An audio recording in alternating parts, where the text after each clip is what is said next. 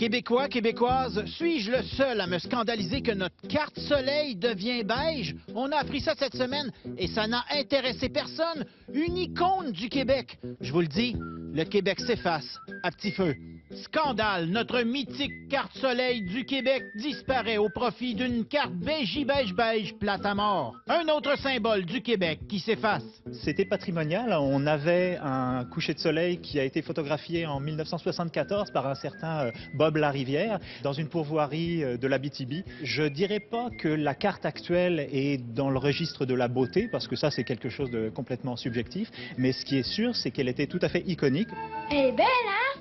Nous n'avons ni passeport, ni carte de citoyenneté. Ce que nous avions finalement comme marque distinctive, c'est une carte soleil. Chaque Québécois a sa carte personnelle d'assurance maladie. Ça nous dit un peu où en est rendu le Québec, qui confond son État avec une espèce de gros CLSC. Il n'en demeure pas moins que notre symbole distinctif, la marque qu'on présente aux élections quand on doit marquer une pièce d'identité, la plus certaine, la plus sûre, c'est la carte soleil, qui n'est plus la carte soleil. Je vous parlais du soleil. Marc-André, il est ici.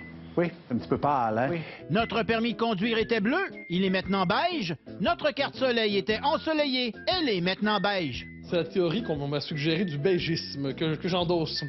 C'est-à-dire fondamentalement le désir aujourd'hui de tout aseptiser, de peur de heurter qui que ce soit. Donc les symboles doivent être effacés peu à peu pour être neutres, pour être ternes, pour être fades. Ainsi, ils deviendront inoffensifs. Vous me reconnaissez? Je suis votre carte d'assurance maladie. Du peuple bleu au peuple beige, d'une certaine manière. C'est peut-être une métaphore sur le destin du Québec contemporain, qui perd ses couleurs, qui perd sa singularité, pour devenir un peuple beige parmi d'autres. Peut-être est-ce notre manière aujourd'hui de nous effacer. L'orange et le noir font place à des teintes plus pâles. La porte-parole de la RAMQ confiait elle-même qu'il n'était pas capable de restituer le jaune et le orange de la carte d'origine.